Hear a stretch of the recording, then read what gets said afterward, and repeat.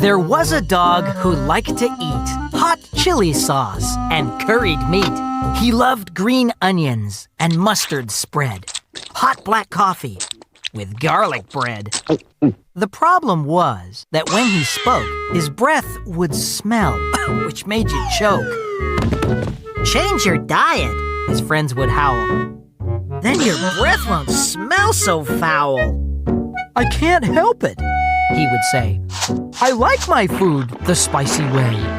So their advice he did ignore, and off he went to buy some more.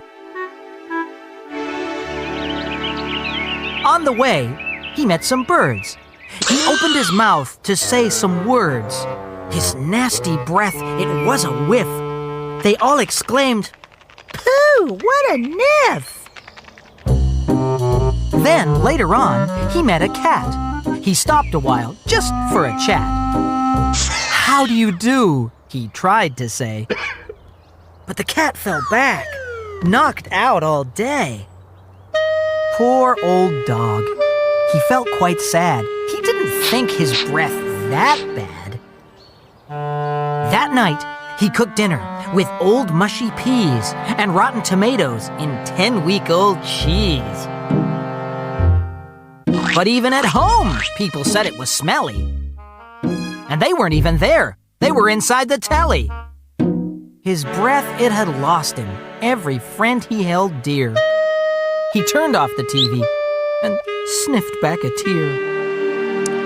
Then he got a big sheet and packed up his stuff. He'd leave town at once for the woods and live rough. That way his friends could breathe cleaner air. They'd be happier friends if he wasn't there.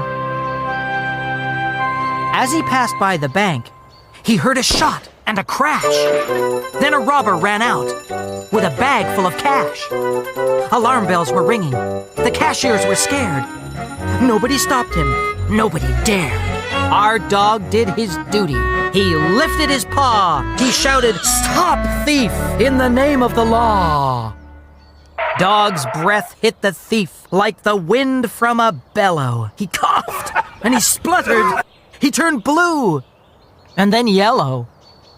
Then he froze on the spot and he started to lean. As the thief hit the floor, his face, it turned green. The robber had fainted, overcome by the pong. A hero was born! Dog had righted a wrong.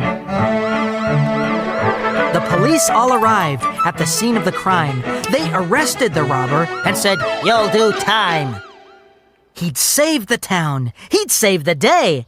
And everyone wanted Dog to stay. The bank thanked our hero and gave him a prize. His friends all cheered with tears in their eyes.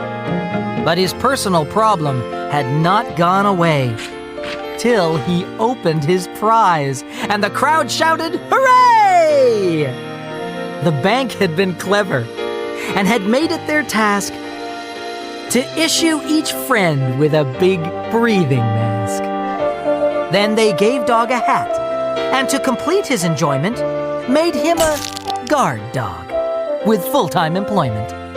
His friends were all pleased, and so were the bank, and so was the dog. His breath still stank.